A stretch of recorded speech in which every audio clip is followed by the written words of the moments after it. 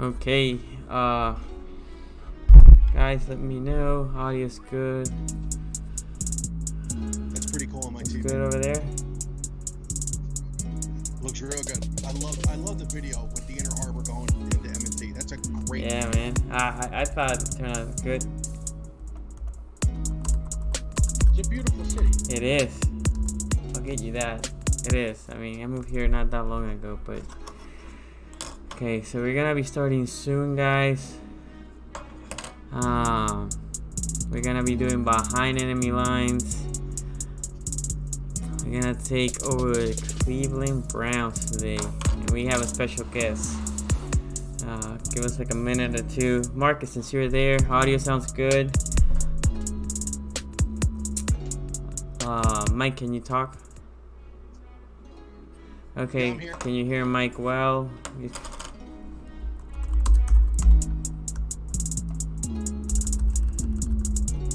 Okay, awesome. For both of us? Hopefully for both of us.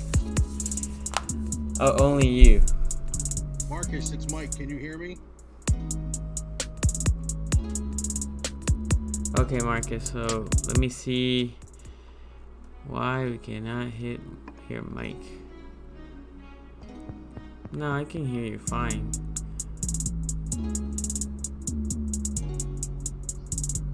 He said barely. Oh, so you can hear him but barely. Okay, well that's better than none. Exactly. How about now, Marcus? No, that's fine, Marcus. Thank you. What up, Samuel? Glad you can join us. But yeah, so I just can you talk a little bit, Mike? Sure. How about now? Oh, perfect. Okay, good. Okay, guys. So, Sweet. we're gonna do this thing. It's a special edition of Behind Enemy Lines. Let's get it started.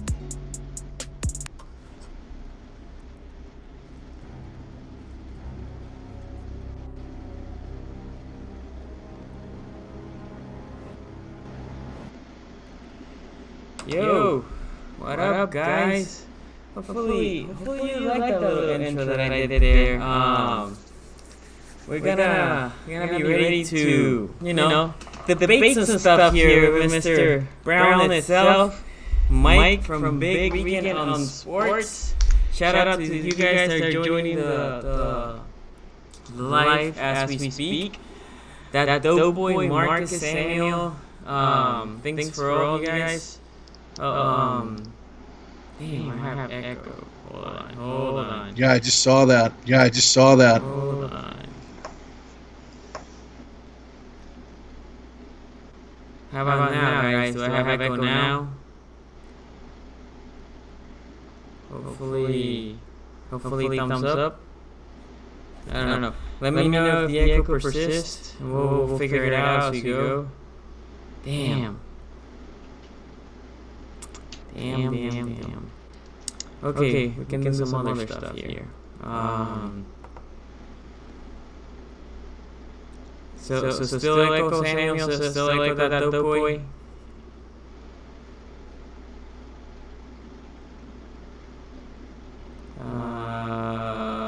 Maybe? No? Yes? Still, okay. Let's do this, Mike. Let's, Yeah. Let's go to Google Hangout.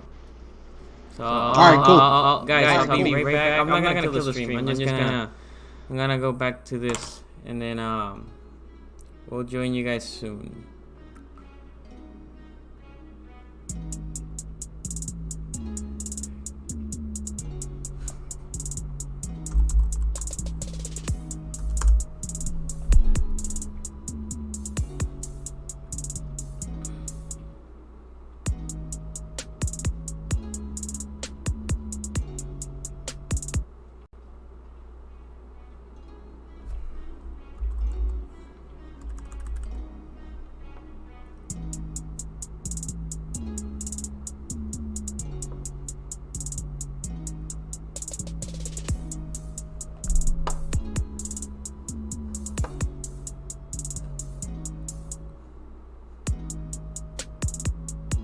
Okay, yep. So let's do this thing.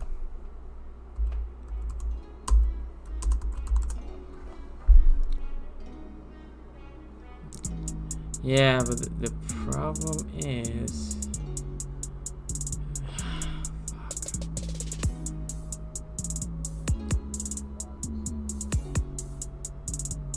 okay, so they can hear you, they can hear me. So now we have to put the image. Let's do this bad boy here, and then let's go to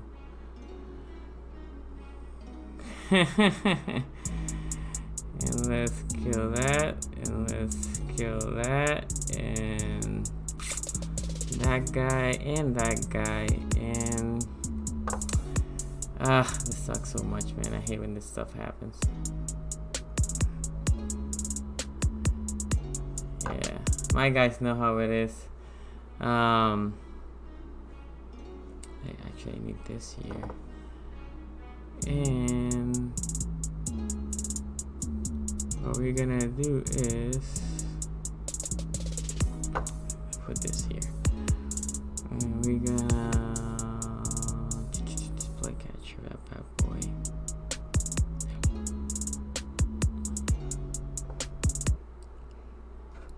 Yeah, I guess that's what it's gonna be.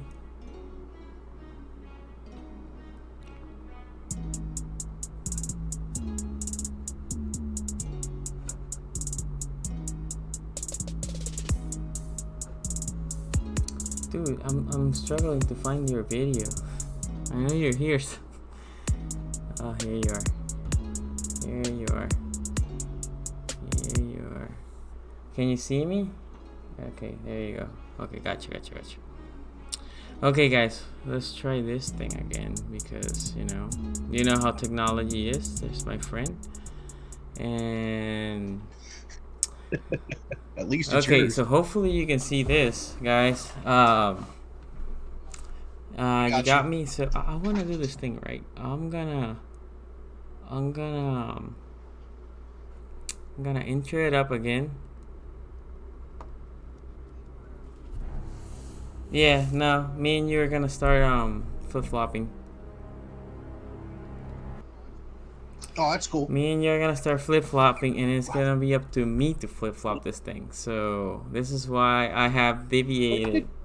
You did good. So we'll see. Hey guys, so I apologize for the delay. I apologize for all this stuff that is happening, but yeah, Marcus, we invited a Brown to the Big Boy Table Club. So guys, hopefully nothing else breaks. Oops. You see how I'm starting to.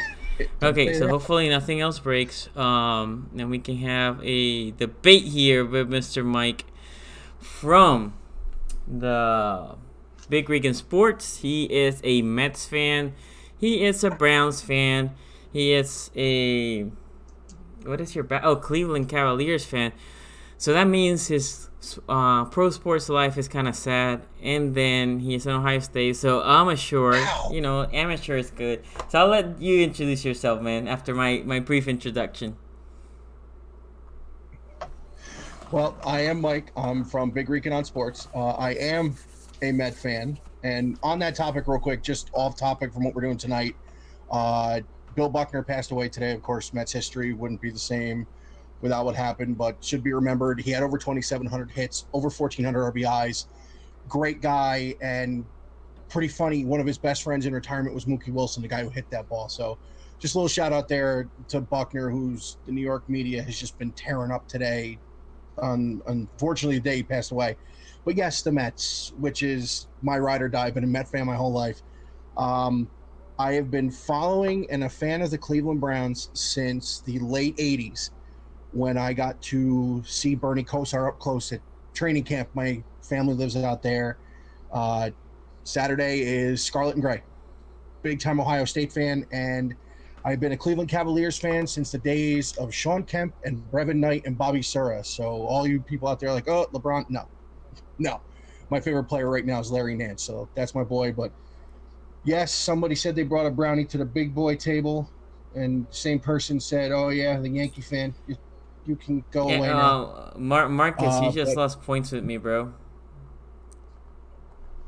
Damn, what's going on in here? There you go. Like I try. Bernie's from Youngstown, Ohio. Well, Bernie. Bernie Oh. Kosar. Born and raised in Youngstown, Ohio, went to Miami and wanted to play for the Cleveland Browns. You know, the team you guys stole. Oh, the team that we made champions out of them. Yeah, I know. The team that couldn't win in their Like city, and then it came to us. Modell said. You know.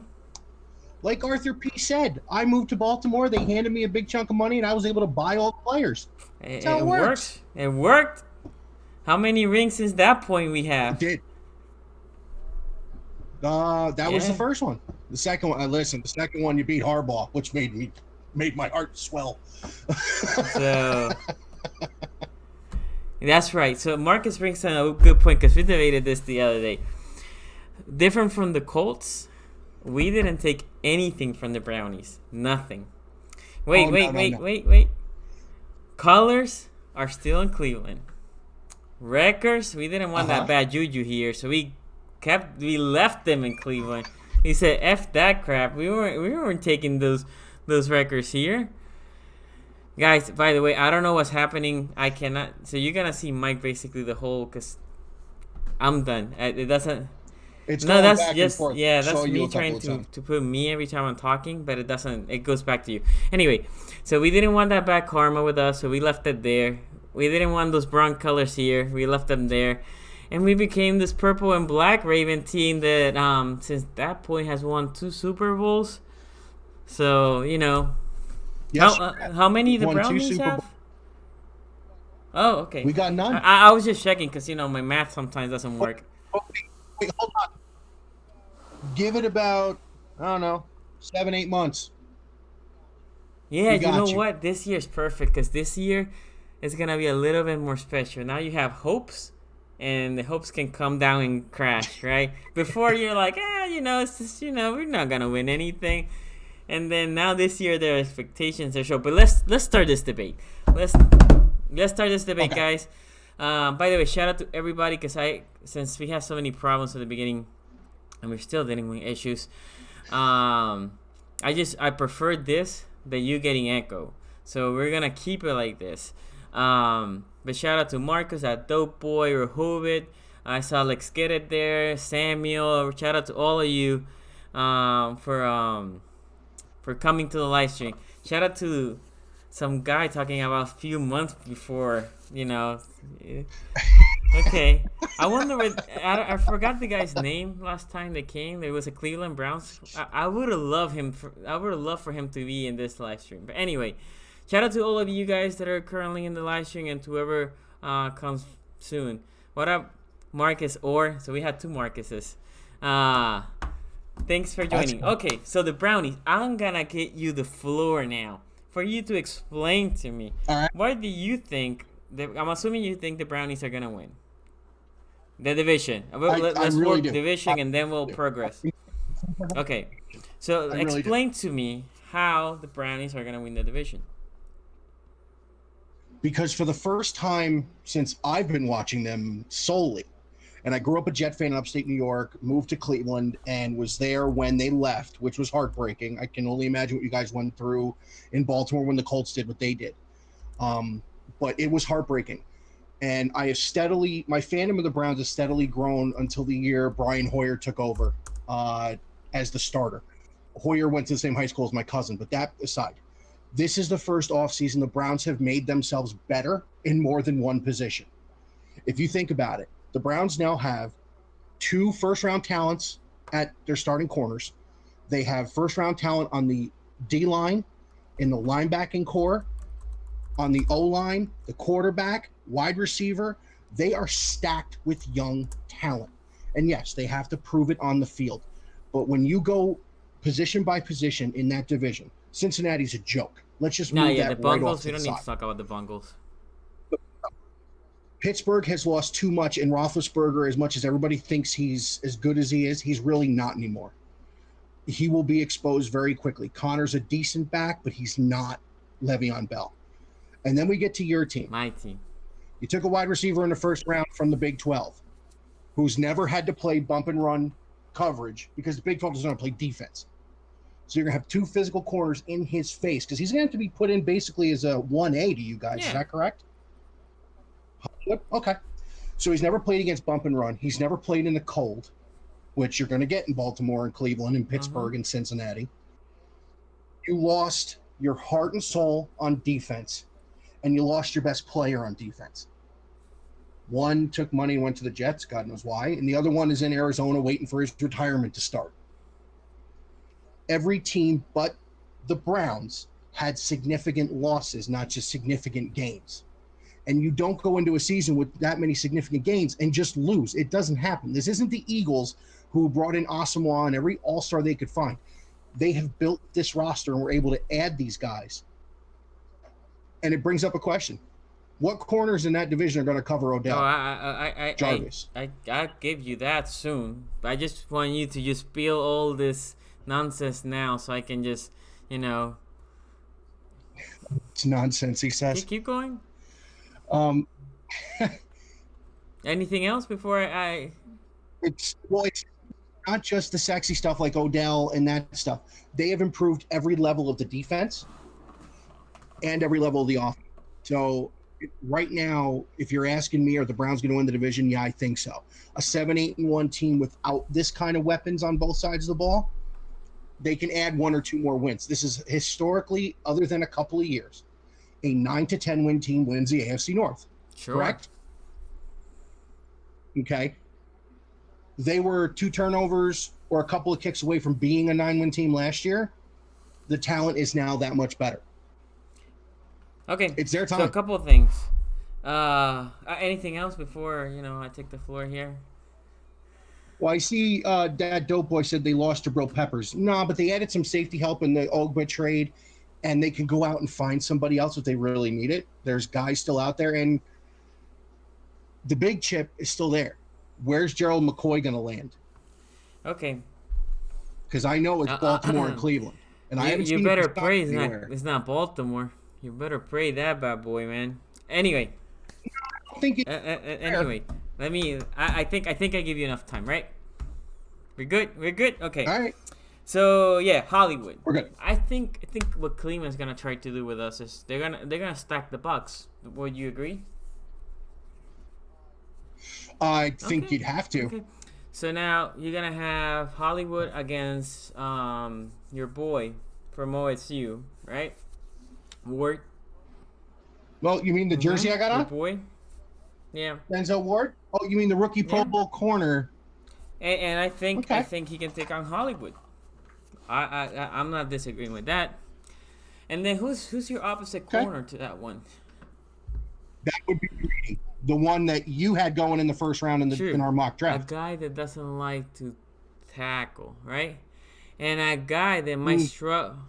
Dion like either. And Dion, yeah. So if you think Greedy is prime time, then we have other issues to take care of here. Okay. Nope. So yeah, prime time might not want to cover, but prime time is next level corner. Okay. So that's true. Greedy is the problem that Greedy will have against Baltimore is he will not be able to have safety help, and I think they're gonna go after Greedy, right? And your third corner is weak, so I'm not even expecting Hollywood to have a huge game against you guys, unless they go with gimmicky plays with him. They will free him up, but Greedy, how you gonna do with a savvy receiver like Snead? That he's not gonna burn you. He's gonna give you 7 and you have to keep moving the chain. And Snead is a strong guy, and then Boykins and Chris Moore, another guy that can take the top off. And then if you're gonna push the safeties back, then we can hit you with Lamar Jackson on the run. We can hit you with Gus Edwards. We can hit you with Ingram. We have the tight ends. I haven't even brought Andrews or Hurst. For the first time, and God knows when, probably since the Browns have been good, we hadn't had weapons here. And we have weapons in the offensive side. It's funny because your biggest threat right now is offense. Won't you agree? Your defense is the weak link between offense and defense. So you're telling me a D line of Garrett, Ogunjobi, Sheldon Richardson, and Vernon No. is weak. I'm saying the defense in general. My question to you is, if you tell me what is better in your team, offense or defense? Yeah, but that's what I'm saying. Offense is better, but it's not such a great separation like it's being covered. At least I think goes back to our O-line is pretty good. My fear with Cleveland is my left guard / center. If my left guard / center can contain the interior D linemen, right? Sheldon Richardson and Ogunjobi, then you guys are gonna have issues. And why I think they're gonna be able to is it's hard to prepare for a team like the Ravens that run the ball so much and gas your defense. It's not only That's that true. I'm not saying that your defense is bad, but then D lines are gonna get gas, and your linebackers, your middle linebackers, which are not the greatest. I'll feel like that's your weakest link is the middle linebackers and safeties. Your corner, I mean Ward, I love Denzel Ward. He's really good. Greedy Williams, I have questions mark with him. I think he could be good. Obviously, your outside rushes are good. Your interior D lineman is pretty good. Although, this is what I was gonna say to you when we were talking offline. Sheldon Richardson. I feel like Sheldon Richardson is a bad juju all put together. Wherever he goes, that team just sucks. He hasn't had any winning season. He's a good player since he's been in the league. The Vikings went from a team that can compete to a team that was crap. All right. If you really are going to put on Sheldon Richardson what happened to the Vikings he's a bad last juju. year. I'm just telling you he's a bad juju. Yeah, Kirk Cousins was brand new there last year, but too. He didn't win before. I'm just saying. Anyway, on defense, that's the problem that you guys have.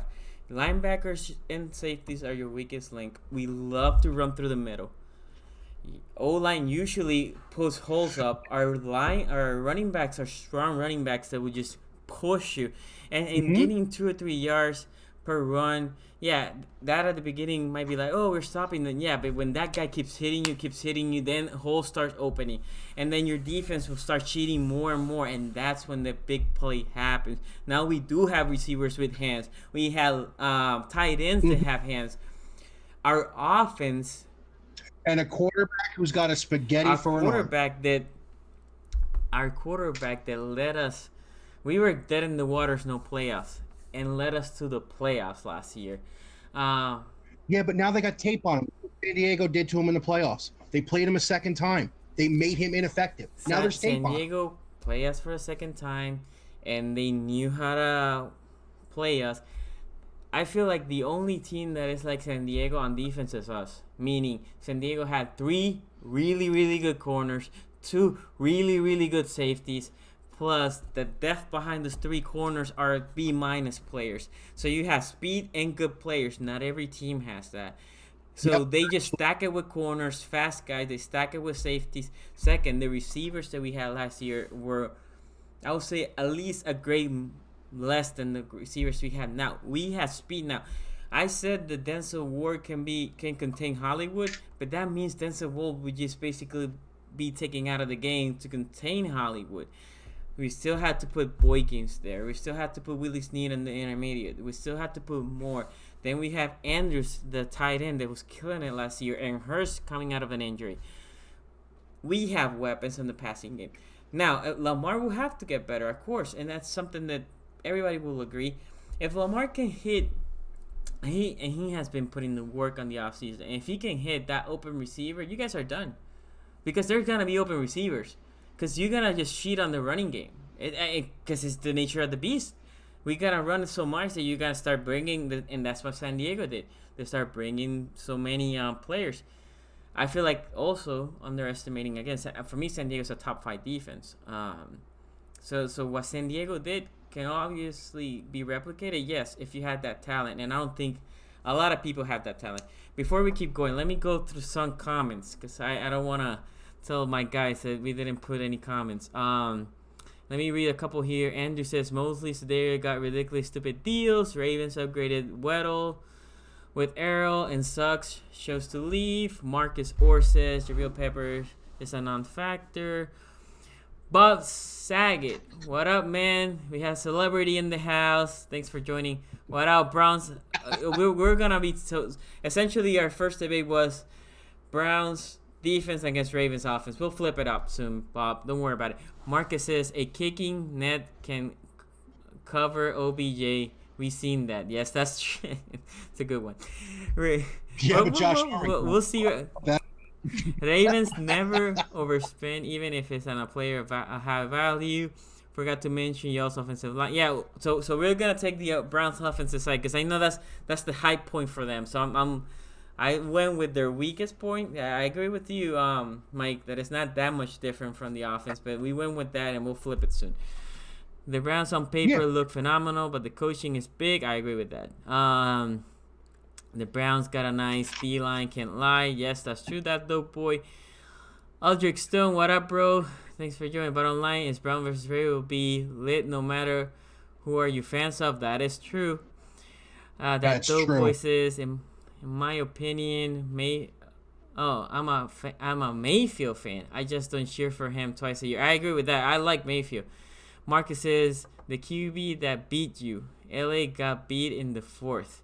That is true. But I mean, we still took the L. But in the fourth, we did play way better. Dude, Lamar has a stronger arm than Baker.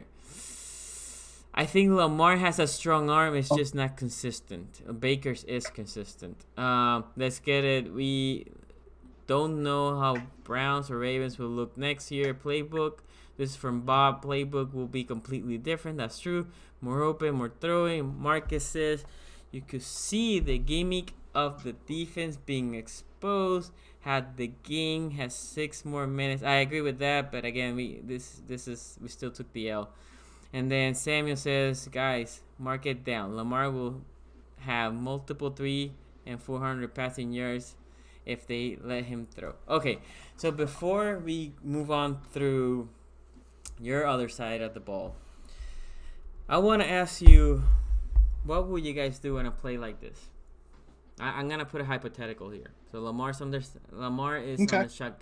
shotgun, and then let's pick Mark Ingram next to him, right? Okay. So it's gonna be the read offense. Hollywood on one side. Make sure I cover all the players. So Lamar, Ingram, Hollywood. Andrews the tight end playing tight. Hurst the other tight end playing tight. And Brian McSorley on the other wide receiver position. All right, so you're telling me you're running a 2 tight, 2 split wides with a back in the backfield, and Lamar's in the gun or the pistol? Gun. No, it's gonna be a read option, not pistol. Okay. Well, most of the time you're on the read option out of the pistol. I watch Ohio State every Saturday. Okay, whatever. You know what I mean. Got you. Hollywood, the single high. Well.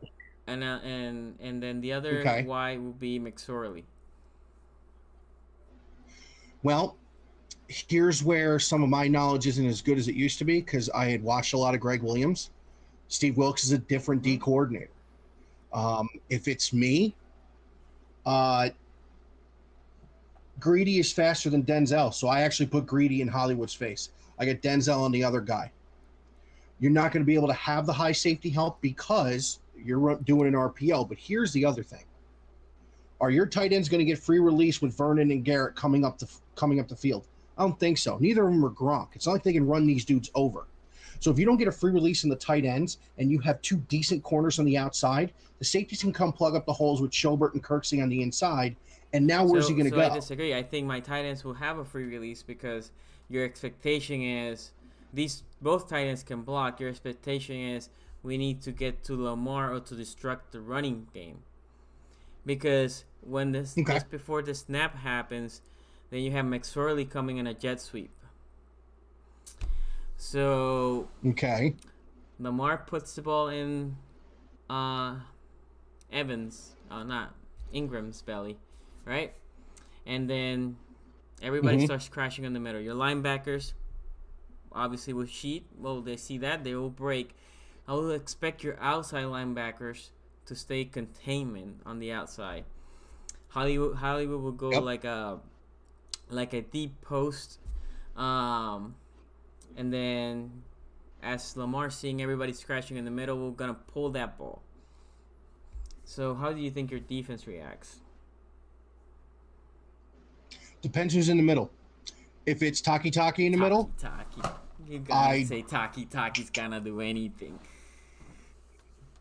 If Taki's playing with Schobert in the middle and Kirksey's on the outside.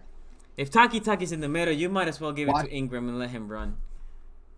Taki. You're crazy. Come on, man. You're really gonna go with a 5th or whatever round pick, middle linebacker with a bunch of holes? You do realize the greatest quarterback of all time, and it pains me to say that, was a 6th round pick, and right? you also do realize in the first year he wasn't that guy either, right? I'm not saying Taki won't be this amazing guy in the future Hall of Fame. I'm just saying in the first year he ain't. Anyway, okay, so if Taki's there, you say you're gonna crash the middle. Taki's gonna be the spine. He's gonna be on Lamar. Now, can Lamar just beat him in a flat foot race? Oh, absolutely. Lamar can fly. I used to love watching him at Louisville. Okay. It really depends on personnel. So we'll pull the ball out. So now everybody's gonna try to run to Lamar, right?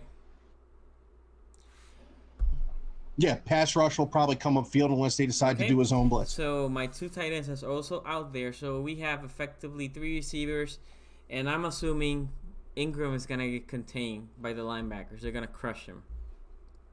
Okay. Then as the rushers were getting close, they're gonna get the ball to McSorley coming in the jet sweep. My expectation at that moment is my tight ends are gonna be open. Okay. And then whoever's out there in the defense is gonna attack McSorley, right? Because he's coming in the jet sweep. McSorley's a quarterback. There's one thing you're counting on. A less than 60% completion guy hitting somebody. That's what you're counting on. I'm counting on him. I'm counting on him dropping the ball on a completely open tight end. Yes. This is just one play. If you gave me the same situation on our side and it's Baker, you've got 3 other options. Yeah, but yeah. Baker can hit a guy in double coverage downfield. But We've seen it happen. You're not going through the scenario how I'm explaining.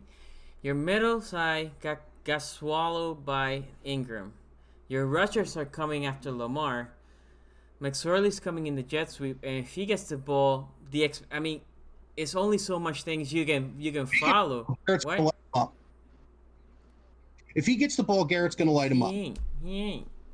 Because Garrett will have to make a decision. He either's going to go after Lamar or he's going after McSorley. If Lamar sees that Garrett gets too wide because he's too worried about McSorley, Lamar's just going to take it himself. I'm just saying, this is... How long before RG3 is playing if you're going to run plays like this all the time? I'm just saying, this is what we did last year. What Lamar does is he goes in the read option, he puts the ball in the belly. If he sees the defense crashes to the middle, he pulls the ball and he runs to the outside. Now, he does run to the middle a little bit. I don't like it because he usually gets hit pretty hard. Usually, and in this play, he will run to the outside. If your boys get too wide, he just goes between the tackle and the guard. Your tackle's probably going to be very wide with your boy. And just run to the outside. He just runs to the sideline, and then as soon as somebody gets close, he just goes outside. That's why usually teams try to force him to run through the middle, because then you can try to hit him, right? I'm just saying the Ravens had the weaponry to be super creative now versus previous years, right? Previous years, they tried to do this with Flacco, but Flacco was a statue. Now you have a quarterback that you can put him to run just so people can respect him as a receiver, but you can make him come up on a jet sweep. He can run the jet sweep, but if he sees the defense cheating, he can... Look, let's say the running back's running a flat, and whoever's covering that running back is... Well, he's going to go to the quarterback to McSorley, it's just a dump. This is. I understand you're saying, well, a 60% guy, but the 60% guy has to hit an open receiver. I agree with you. If you say if it's a cover guy, yeah, I'm not gonna trust McSorley on that. But an open receiver, I do. But okay, we digress because I said we're gonna move to the other side. Okay. On defense, Dudes are talking about Cam Newton in here too, which I think is funny. let me go to some comments here. Marcus says, dude, the Browns don't draft well. They don't draft well late, bro. Samuel says, you guys realize the Ravens offense will be completely different now. Cater to Lamar is scary. Then Marcus says, and you're counting on a player not getting better from one year to the next. And Marcus also says you're talking as if everything is the same. That dope boy says the RPOs are gonna be crazy this year. Marcus also said Joe Flacco was regularly a less than 60% guy. Cleveland beat him whooping only 3 times over 11 years. There's more than one way to win football. Sammy says Cam Newton never hits 60% completion, but nobody talks about his flaws. Baker Mayfield will be regularly below 60% this year. I put money on it. Cam is a beast. Why don't y'all talk like you know what's going to happen? That's funny to me. J Will 501, shout out to you. Thanks for coming. I seriously doubt the Ravens run the same exact offense as last year. As we, like I said, we don't know. Charm City Vlog, what's up, man? Thanks for joining. And last comment that I'm gonna take until we can move. Ravens went from a vanilla offense to a dynamic one, surrounding Lamar with speed, adjusting the playbook by installing some of the Louisville offense along with new Greg Roman system. Okay, and last thing that I'm gonna say about our offenses, that was just one example. I'm gonna expect them to just have it on their center, on the normal plays, play action. This offense is just gonna give crazy looks to the defense, right? That's my expectation. And it's super hard to prepare. And then not only that, we can give you the same look and run same look, same people, and have 3 different ways to run that play.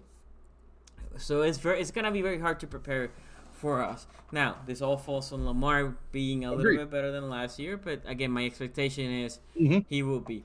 I keep saying to the guys on the channel, if we get 25% better Lamar in accuracy, the league's in trouble. Because what I'm asking is he can hit on a consistent basis in the open receiver. If he can hit an open receiver on a consistent basis, they are gonna be open receivers. There's no doubt. But again, let's flip this on your offense. I want you to hype your offense. Hype your offense. Go. Here, let's hype it. You have the guy who got robbed of the offensive rookie of the year, who came in and not only changed a team, changed a city. I was in Cleveland the night he beat the Jets, and he didn't throw a touchdown pass. That's the beauty of it. Carlos Hyde ran the ball in a couple of times, and they traded him because Nick Chubb's better. Here's something that Raven fans aren't going to talk about. I don't think we see you guys till late, right? No, you see us early and then late. Yeah. Early and then late. Okay, so once without Kareem Hunt and once with Kareem Hunt. Cool. And he's our second or third best back. On the outside, I don't know tandem that's tougher to cover than Jarvis and Odell. Because you know every team's best corner is going to be in Odell's face. But then you add Callaway. You add Njoku. You add the 6'6" former basketball player Demetrius Harris, who is a red zone savant. Just ask Patrick Mahomes where he was. The hype around the Browns offense has come from everywhere. Absolutely everywhere. They don't have a tremendous flaw. The O-line needs to be better. Someone mentioned Zeitler being traded for Vernon was a loss. I agree 100% that was a loss. Yes, Bob Saget. I said he's their second or third best back. I'm very much on the Nick I Chubb can train. you can be in the Nick Plus, he's Chubb not. train. I would like for you to later explain who's that other back that is better than Hunt. Well, it depends on how good he is when he comes back. Duke Johnson's still on the team. Okay. I'm just gonna let you finish talking before I'm letting you. Look, the Brown offense has the one thing it has never had in the last 20 years, and that's the quarterback. They have the franchise quarterback to go with a franchise running back, two franchise wide receivers. Baker did all that last year, and Jarvis is really a number two. No offense to Jarvis, but he was being the number one. And if you look at it, Baker got better when they started not throwing the ball to Jarvis as much. Okay. Anything else?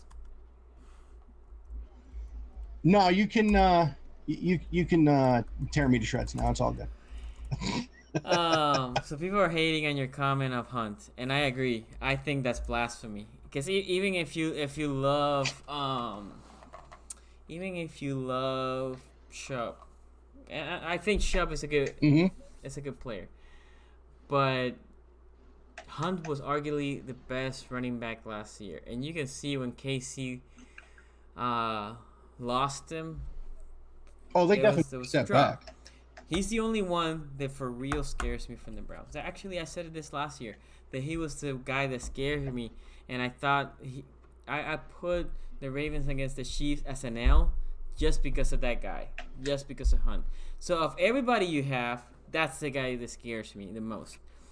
Our secondary, I can argue, if not the best, is second best in the league. We have the corners, we have the safeties. We even have. Who's playing corner for you guys? Okay, so we have Marlon Humphreys, spectacular corner, tall corner too. We also have Jimmy Smith, Brandon Carr, Averett, Tavon Young that plays the slot, so he's a little bit undersized, but he plays the slot. He's awesome in the slot. I will tell you that the Ravens are at least 5 corners deep. 2 of them being A corners, another one being a B plus, the fourth and fifth being like a B, and then the next guy is a C, like 6 and 7 corners. We have the corners to contain. Now we play a lot of. This is the problem that the Ravens had last year. We were the number 1 defense, but we didn't produce turnovers because we were really, really good on man. But our safeties, Eric Weddle he wasn't ranging enough. And I love my boy Eric Weddle, but he wasn't ranging enough to create the interceptions. We have Earl Thomas now. And we had Tony Jefferson. Tony Jefferson plays a little bit more in the box. So I'm expecting him to help contain Chubb. So on a play where you have OBJ, I will say OBJ can be covered by Marlon Humphreys. And you can say, well, OBJ is an elite receiver. Yeah, and the Ravens are used to dealing with elite receivers who used to contain Brown. Right, and Brown had a good quarterback. An awful word for AB, but go on. It contains an awful big word for AB. Not many people contain him. We did. Actually, I was in a couple Ravens games where he was so frustrated that he threw one of his tantrums, and you can see him in the outfield, on the open field, and he just went to the sideline and just bitching. And you know what? That's something Odell does. So that's another thing that I'm gonna bring soon, but. We have the corners to play your receivers. But also now we have a safety if Baker wants to be risky, and he likes to be risky, and all quarterback has to be risky for a little bit, right? Mm-hmm. What he basically has to do is take Earl Thomas and make him bite in every play. Because if he doesn't, Earl's gonna have a field day. Earl Thomas, here's the question. Earl Thomas is coming off a broken leg, right? So we know he's going to be what he's been before. Because it was early in the year.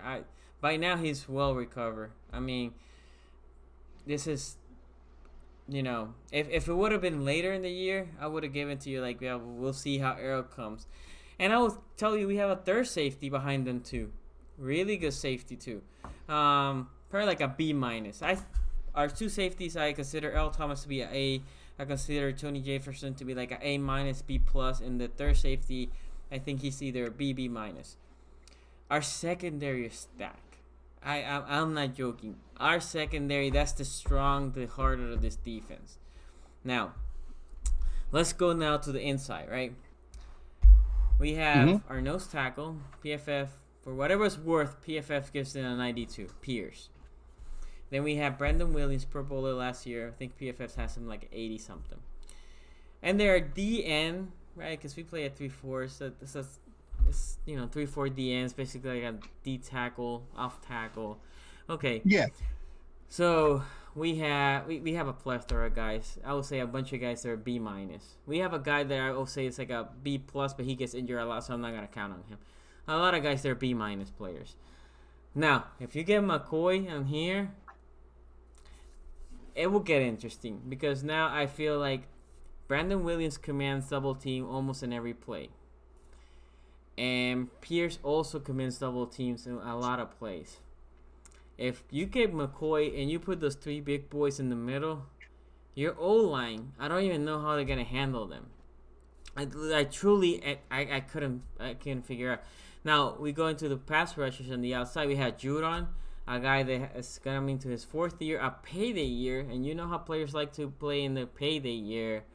Oh, they ball out, and he is a guy that is a double-digit sack, trending up. So he's gonna be on the one outside, and on the other side, then we do have some question mark. I like a guy named Bowser, but he's not proven. We drafted a rookie on Ferguson, but as I told you with Greedy, Ferguson also has questions, and a guy that I'm expecting to be the starter is Shane Ray. That we just got him a couple weeks ago. If he doesn't have it, where'd you guys get him from? If he doesn't have injuries, he had a couple injuries in the past 2 years on wrist. So if that wrist is healthy, because as a pass rusher you need those wrists, then you talk about flaws. The only gap that we have is that position that if McCoy comes in, he's gonna fill it up. And on the middle linebacker, that we don't have a good backup middle linebacker. Because we don't. We have two guys that are very, very rangy on Young and Peanut. Peanut was Defensive Player of the Year 3 times last year, or 2 or 3 times. And then Kenny Young, he was a rookie last year. Two guys that are rangy. So when Hunt comes, they can containing on the passing game. My worry with them is if you guys run a lot to the middle, they're not the biggest guys, and they can get, physically, I think they can get torn up.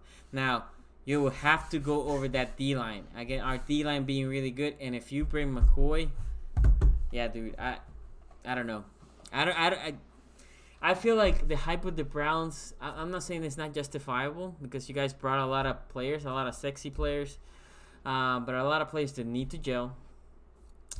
And a lot of players... That's every team. Yeah, but you have a lot of players that not only need to gel, that in the past have been a little bit divas. And Odell. And when he doesn't get the ball, he starts pounding. And then if you start giving favors to Odell, then Juice Landry is going to be like, where's my balls, right? And so there's containment there. But... other than that, our secondary can contain. I feel like for the Browns to beat us, there's two things. Lamar has not. If Lamar has a bad game, obviously you guys can beat us. And if for some reason, and this is not typical, you run the ball all over us. That's the only two ways. But to run the ball, you need a better O-line than what you currently have. No, I agree. The O-line is definitely someplace that they could definitely beef up between now and the start of training camp, even the beginning of the year. But here's, and I've been observing the way you've been talking about your team, and that's how you should be.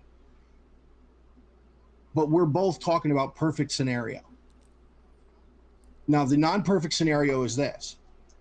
That defense that was number one lost a game to the Cleveland Browns last year, and then won a game against the Cleveland Browns last year.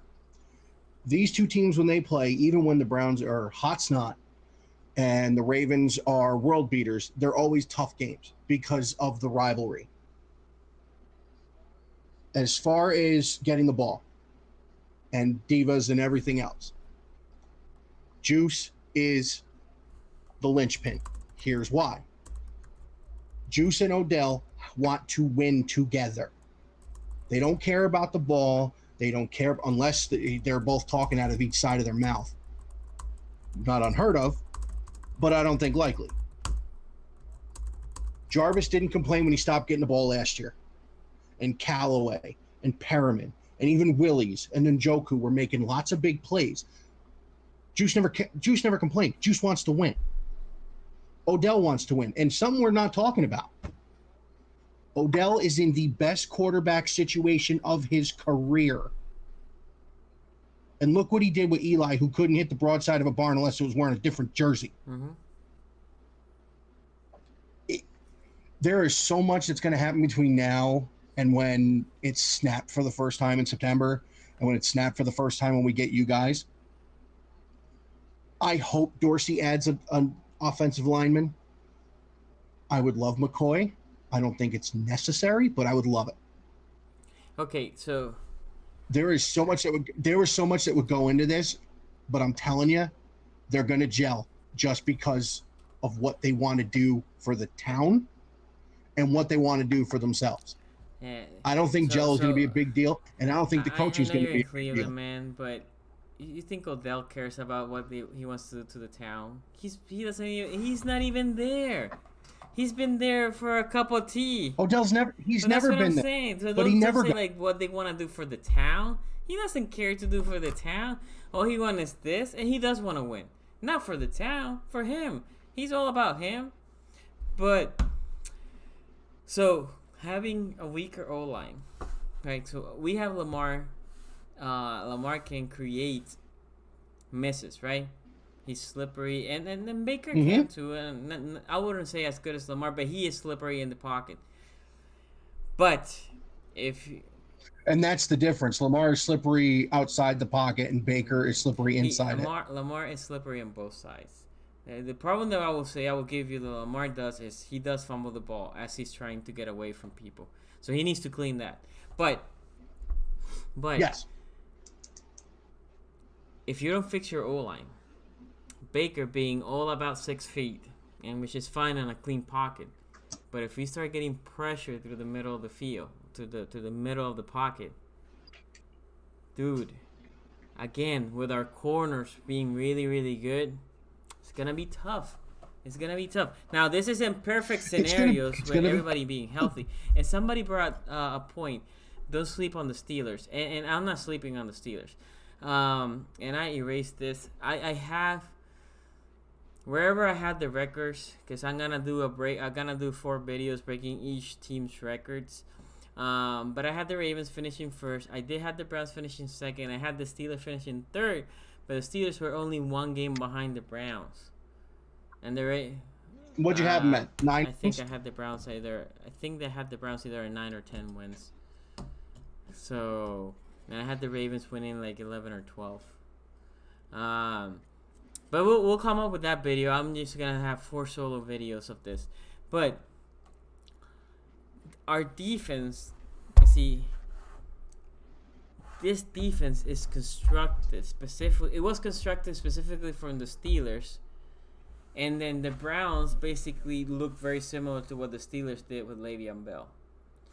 They had the receiver. Let's say Odell is AB. Jarvis is Juju. Right? The Steelers had the tight end, like Njoku. I think Njoku's a guy, at least when he has played against us, he's a hit or miss. Sometimes I don't even notice him on the field. But, he's a hit or miss. He sometimes makes big play, and another time he's disappeared. And, and a third receiver, Callaway. This is exactly how the Steelers were constructed with Le'Veon Bell. There's one difference between those two offenses. The Steelers had top 5 O-line, if not top 3 on the league. And that's what you don't have. Oh, agreed. So this defense is used to play and was constructed to play that Steelers team and got better to play against that team, and then the Browns became that team with a weaker O-line. That's why I think the Ravens can contain the Browns. Right? Now, if you want to talk if the Steelers can contain the Browns, and this is why I have you guys second, I don't think so. Because the Steelers don't have the cornerbacks. They do have the D-line. They have the pass rusher. Yeah. So if you guys can contain the pass rushing, their corners are not good. But the rest, I mean, the Ravens defense is meant to play a team like yours. It was created. That defense was created to play a team like yours. So, I think. Do you guys play the Chargers at all this year? I don't think this year. I'm actually pulling up the schedule right now just so I can make sure where we're at. Because you guys were third. So, other than the Chargers, you won't see another defense like the Ravens this year. You won't. No, and I don't know your guys' schedule as well, but I don't think you're. What other wide receiver tandem is a team going to see like these two? What other? We might. Is somebody going to see? We might not. But what I'm saying is that wide receiving core that you're saying, this team has faced it for the past couple of years. I mean, Juju, NAB is Odell and Landry. They're Juju and Landry are very similar players, strong players that play better from the slot, really good hands, strong body guys. Odell and AB, speedster, finessers. I would say AB is a little bit better route runner, but Odell has a little bit more speed. Probably. Yeah. But essentially, that's what I'm saying. Your offense, it was like your GM said, like, well, the Steelers has been one of the best teams in this league. And let me see if I can mimic that offense. And he did a pretty good job. Like I said, from the running backs to the receivers to the tight end, your team and the Steelers, not from this upcoming Steelers, but previous Steelers, they look basically identical. Minus a big one, which is the O-line. Yeah, no, the O-line definitely needs to get better. I'm not even going to argue with you on that one. Do I think trading Zeitler was a bad idea? Well, if Olivier Vernon is better than what we had before, then no, it's not. Because everybody knows the things you go for in the draft or that you go for in free agency, you go for the pass rusher, you got to find a quarterback. So if you got the two ends that can do it, great. But yes, the offensive line needs to get better. Now they brought. Whoa. Wait. We lost audio. Hold on, guys. We lost audio. Why we lose audio? Can you hear me, Mike? Okay, you can hear me. Guys, can you hear me? I can't hear Mike.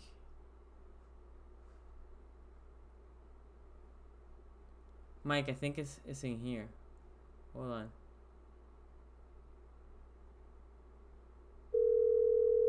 Okay. So, guys, you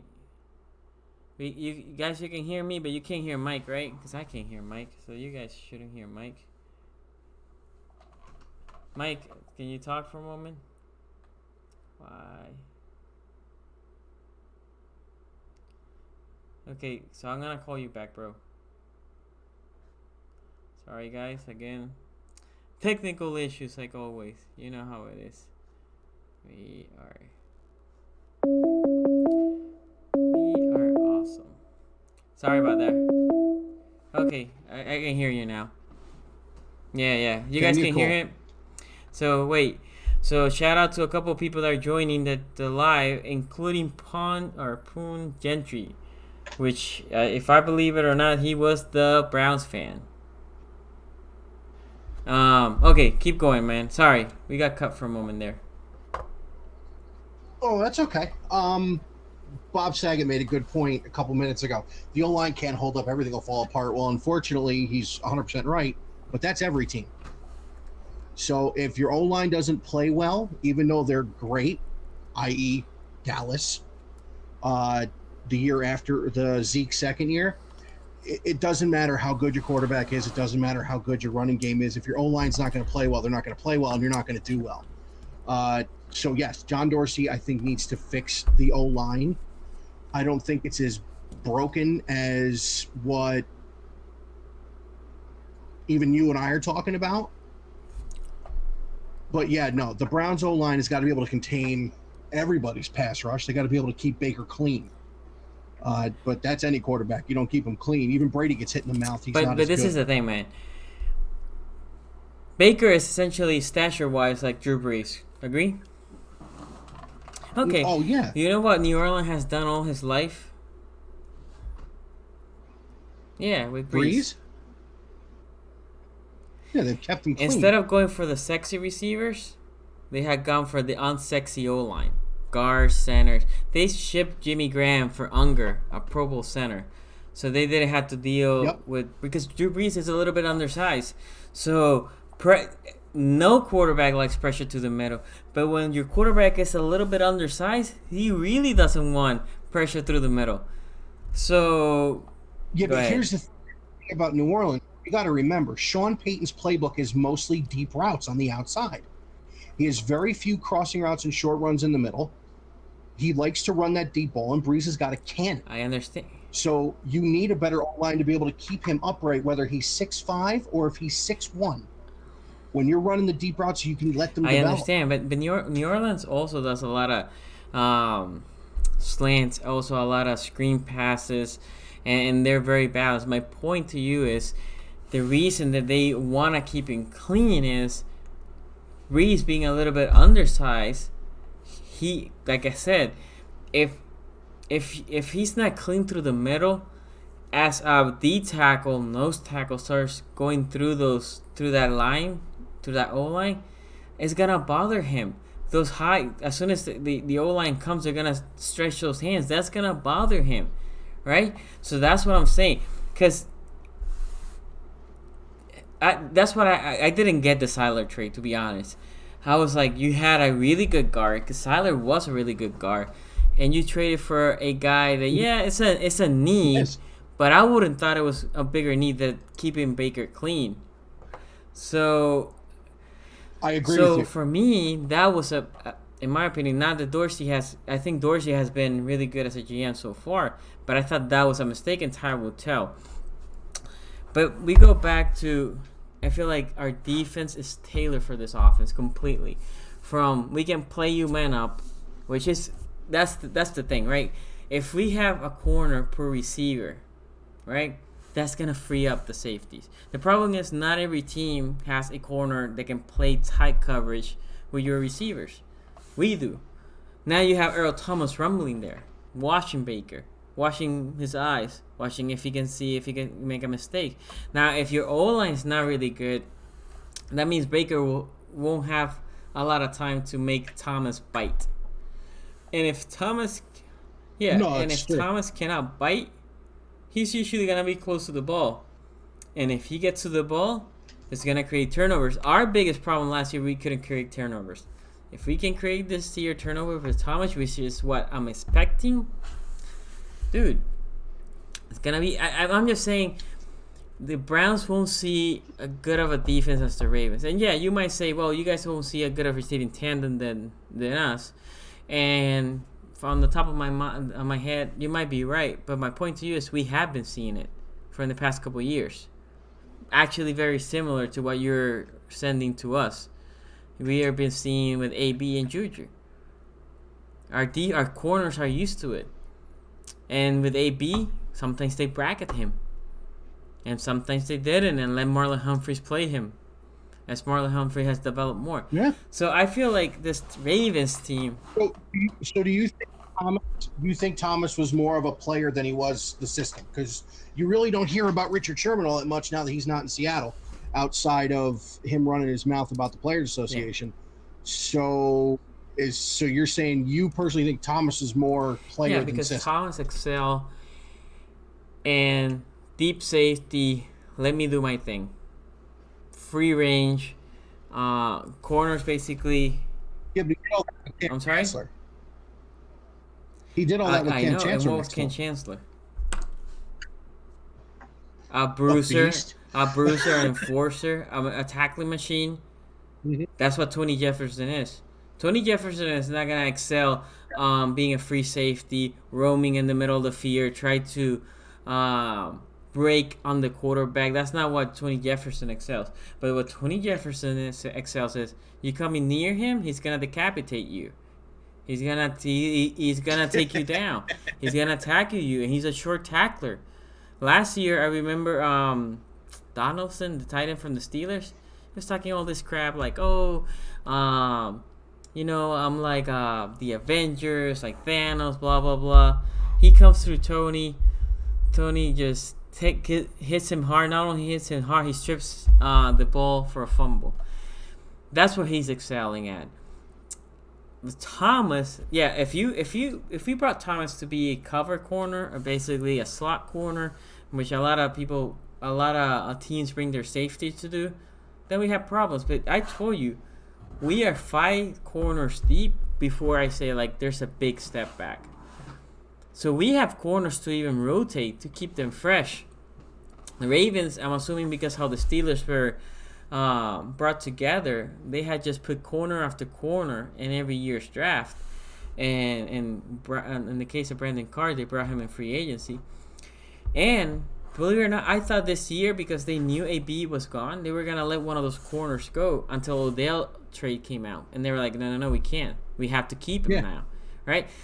So this team, like I said, on defense, is tailor-made for your offense. Now, I think where Browns-Ravens is going to get decided, it's not going to be your offense against our defense. I think your offense will struggle. They will get their points. I'm not going to say we're going to shut you guys out. But you're going to get, 13, 17 points. Which, against another team, you might be in the 20s. But this game, Browns-Ravens, it's going to be determined. Your defense against our offense. And that's going to be all Lamar. And play calling. If the defense can hold, if your defense can contain Lamar, if your defense can stay fresh, because look, the Chargers beat us, but they were a minute, maybe 2 away from losing that game. I will say actually, if Tucker would have hit that field goal that he missed in that game, and we didn't have to drive for a touchdown to win that game would have... Because the problem was, in the fourth quarter, even though they played a spectacular 3 quarters, they were shutting us down. We couldn't do anything against them. In the fourth quarter, the fourth quarter was... The fourth quarter, they were tired. They were exhausted. So, if your defense can play 4 quarters, and they have to be on top, they can't be getting gas, then you guys have a chance, and you guys might take that W. But if they don't, if they play 2 good quarters, 3 good quarters, this defense on my side will hold your offense to a low score. That if you're... You also just described the Browns-Ravens Week 17 game. What? You also just described the Browns-Ravens Week 17 game. Because you're talking about coming down to 1 drive. Yes. And last time I checked, the Ravens had over two-score lead in that game. We did. Final. I'm sorry? You got cut off. What was less than 1 score? It was, I think it was a 6-point win, if I'm not mistaken, which you guys earned. Played them tough. You got a big turnover at the end. Absolutely. But it's the same thing. If one ball bounces a different way for the Browns, we're talking about the Steelers winning the division because the Browns beat the Ravens. Yes. Twice. It's the same thing. Both teams are going to have to film it up, and both teams are going to have to ball out against each other because it's not going to matter.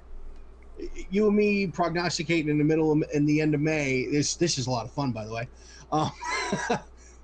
But we're both talking perfect scenarios. Do I think Lamar's going to get better throwing the ball? He should year 1 to year 2, but it's not unheard of to not.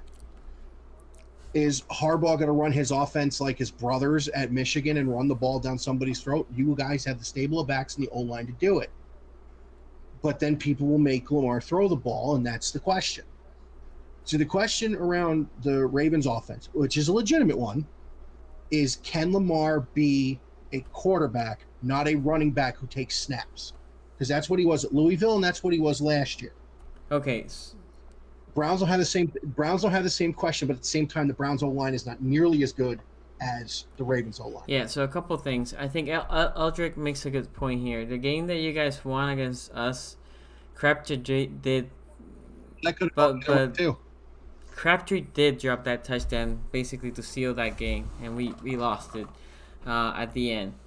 And that's why he's not in this team anymore. Okay. Yeah, that's not why, because he dropped too many balls. He makes some really good catches and then easy completions, because I thought that was the easy one. That's been Crabtree's MO since he got in the league. Out. Okay. Damn. What was going to be my point? Oh, yeah, so this is way too early. Obviously, this is off-season talk, but I'm just saying as a team on paper, the Browns have all the hype because they have the sexy names. Yes. But you need to gel. In our case, I would say our offense doesn't have the hype, but we also need to gel. My thing is our defense. Yes. Okay, let me put it like that. I will say the Browns' offense is an A offense, right? Okay, I say the Browns' defense is a C+ to B-. I say the Ravens... I would go B-, B+ just on the D-line itself, but I see what you're saying. I think the Ravens on defense are A team. And then on offense, they are a B- as of right now. Basically, the two teams are the inverse of the other, because the Browns are the A offense with the B- defense. The Ravens are the A defense with the B- offense. So it's going to have to play. But if the guys that the Ravens brought so we brought a lot of young guys.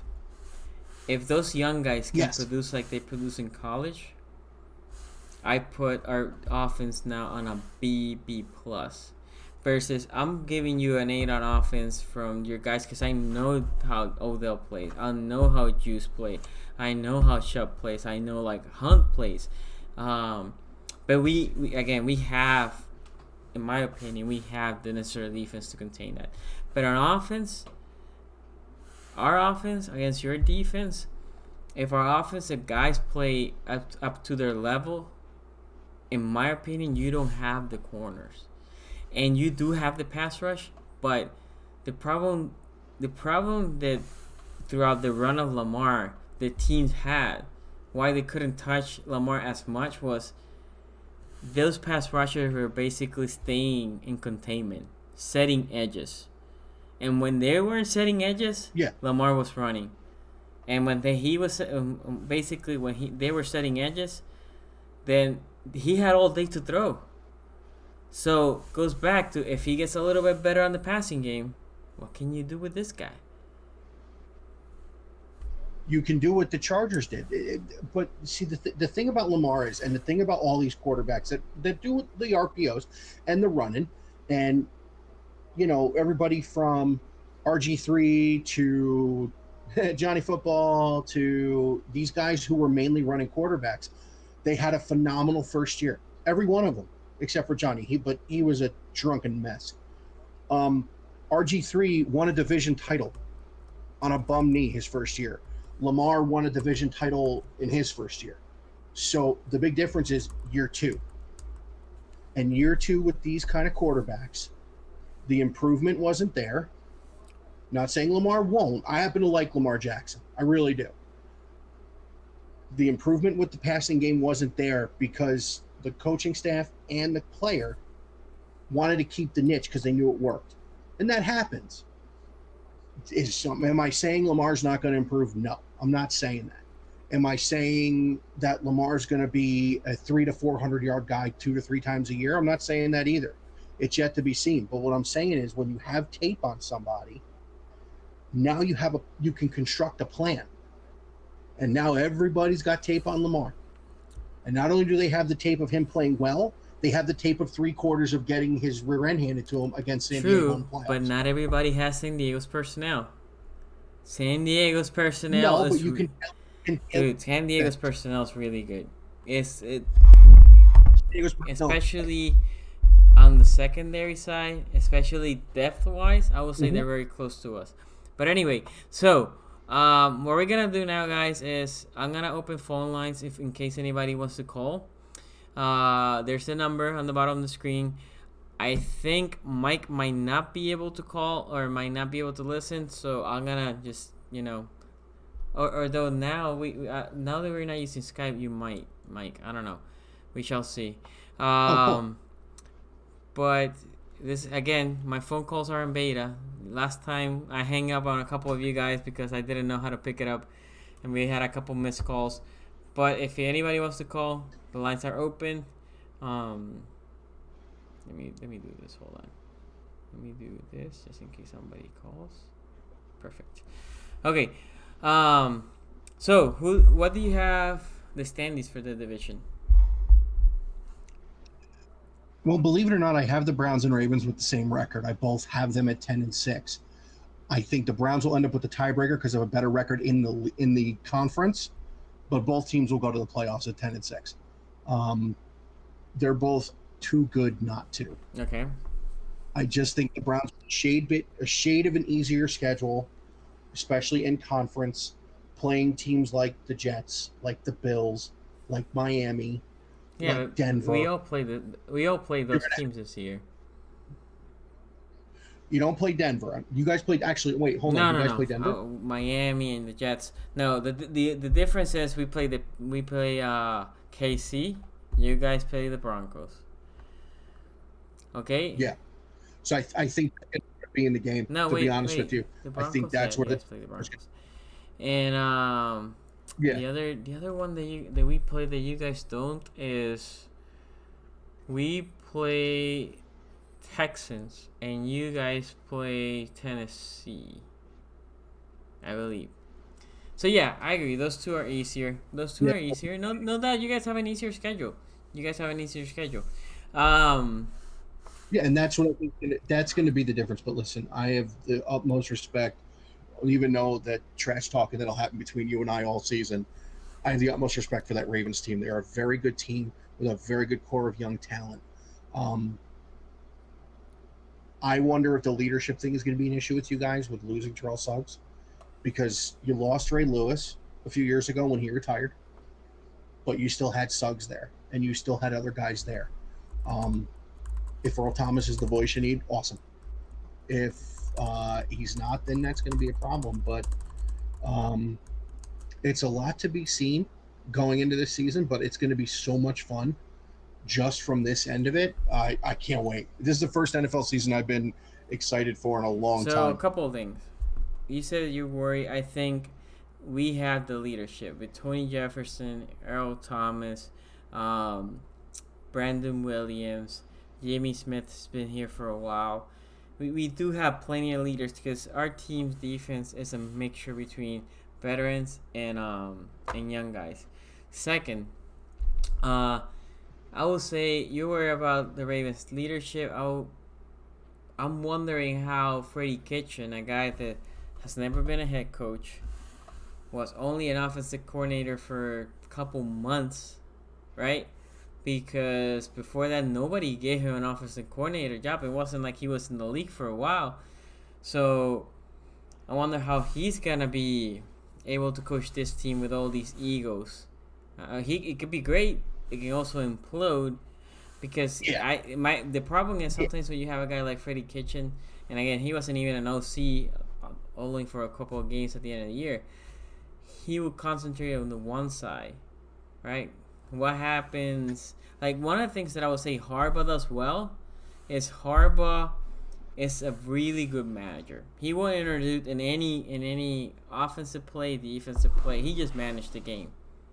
I wonder if Freddie Kitchens will do the same, or Freddie Kitchens just concerned about the offense is gonna say like, well, hopefully the defense take care of itself, right? So everything I've seen so far, and I actually watched the Building the Browns show that the TV station in Cleveland's doing. He's got his hands in everything, and he actually has a good relationship with Steve Wilkes, a former head coach and good defensive coordinator, with Todd Monken, who was a former head coach, another good coordinator. He's spent time with both guys, and every first year head coach has all these same questions. Harbaugh had him. Do you remember who John Harbaugh's defensive coordinator was his first year in Baltimore? Yeah, Sexy Rexy. Sexy Rexy. Pretty good defensive coordinator. I don't remember who ran their offense that first year. Who ran the offense that first year? It wasn't Norv Turner's popping into my head, no, but Turner has never been here. Why? I'm blanking right now. Yeah, no. But anyway, so let me Ken Cam. No, it wasn't Ken Cameron. J121 Be More. I feel like King Cameron was the first. I mean, you might be right. Feels like Cameron. Yeah. Anyway, but the thing is, it goes back to Harbaugh has never been a guy that is always concentrated on one side of the ball. He basically has overtaken this team and said, I'm the manager, I'm the guy. And in the beginning, he clashed with the veterans, with Bolden. He clashed with Ray a little bit. He clashed with Ed Reed, which is some of the reasons the fans are not thrilled with Harbaugh, because they feel like he was the reason that we lost Bolden. He was the reason that Reed left. But you know what? Harbaugh did what he had to do. Harbaugh was like, you know what? I'm gonna control this team. I need everybody to be on point with what I want, and he ran it. My thing was for Freddie Kitchens. I thought he was a really good play caller. In my opinion, I could be wrong. He doesn't seem like a leader. He doesn't seem like a tough guy, a guy which Sexy Rexy wasn't either. He failed miserably as a coach in multiple places. But Sexy Rexy went to 2 straight AFC Championship games with the rookie and second-year quarterback. Yes. I don't call that a failure. I call his front office destroying his team behind him a failure. Sexy Rexy had a reputation that he was too nice to his players, right? So, I don't know. He did, and then he went in Buffalo, and again, we don't even have to talk about Buffalo and the failures there. But my point to you is, put all these Eagles with a coach that is not proven yet. There's questions there too. So I think there's a lot of questions to the Browns now. Can they put everything together and win? I'm not saying that they can't, but I'm just saying the hype that they have. I think the Browns are like 4th in the odds maker for winning the Super Bowl. I can honestly tell you, from watching what I've watched and hearing the interviews and seeing what I've seen, they have a very good strategy in place to not talk about the hype. It's not brought up. The players hear the noise. I personally think they're a little too into arguing with Colin Cowherd this early in the offseason, but they're keeping the hype at bay in Berea. They're letting the fans deal with the hype. They're letting the media deal with the hype, but it seems like the players are pretty well grounded. You don't hear anything about Freddie Kitchens having issues with guys in the locker room. You don't hear discord because it's a new head coach. You don't see what you saw in Hard Knocks with Hugh Jackson trying to be the big man on campus and failing miserably. What you see is guys who are working together to win. And could it be all show for the cameras? Absolutely. So, does it seem like it is? No. Yeah, no, it doesn't seem seem like it. At this point in the season, there's no adversity to talk about, right? It's just everything is rosy, everything is peachy. So, I'm just saying, I think both of our teams, specifically on offense, need to gel. But for the Ravens, they need to gel. For the Cleveland Browns, for the Clowns, they need to not only gel, they need to manage egos. And I don't know if they can do it through the whole year. They can do it at the beginning. But, and like Eldrick Stone said, Greedy came out and said, like, we're winning the Super Bowl. OBJ said it too. Yeah, Greedy.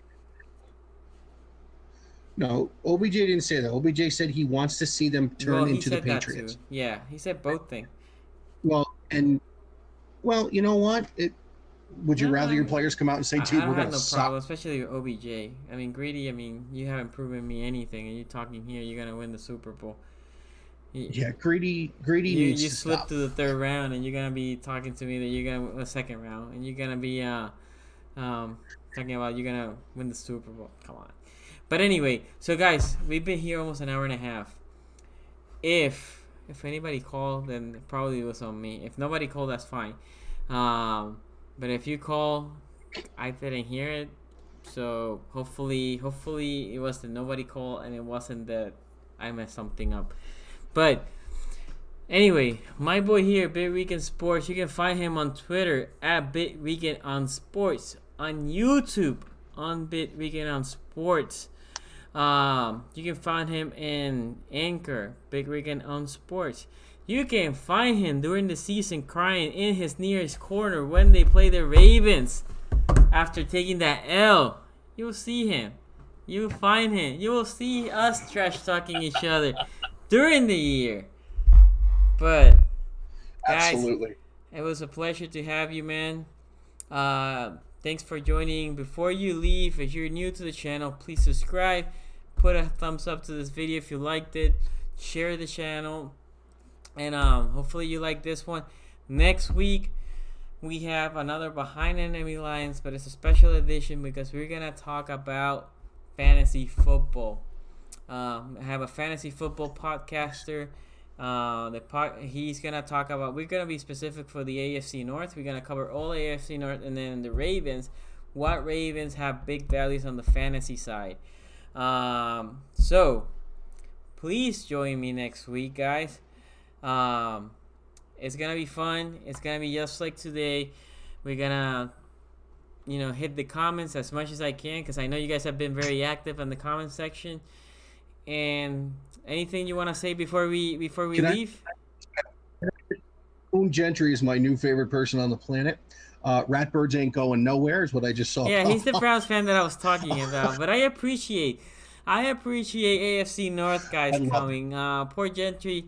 My boy BigRican Sport, he's your guy too, man. He's a Browns podcaster, so make sure you give him a follow and subscribe. But guys, it was awesome. Two things. This week I think we're gonna have NF podcast with Nubo, but not only that, I'm gonna be Saturday on the field, England Bernie for the flag football Ing Raven Team Keep It Clean game. So please join us. Again, give it a like as you leave the stream. Hopefully you guys enjoy, and we're gonna see you guys next time. Peace out.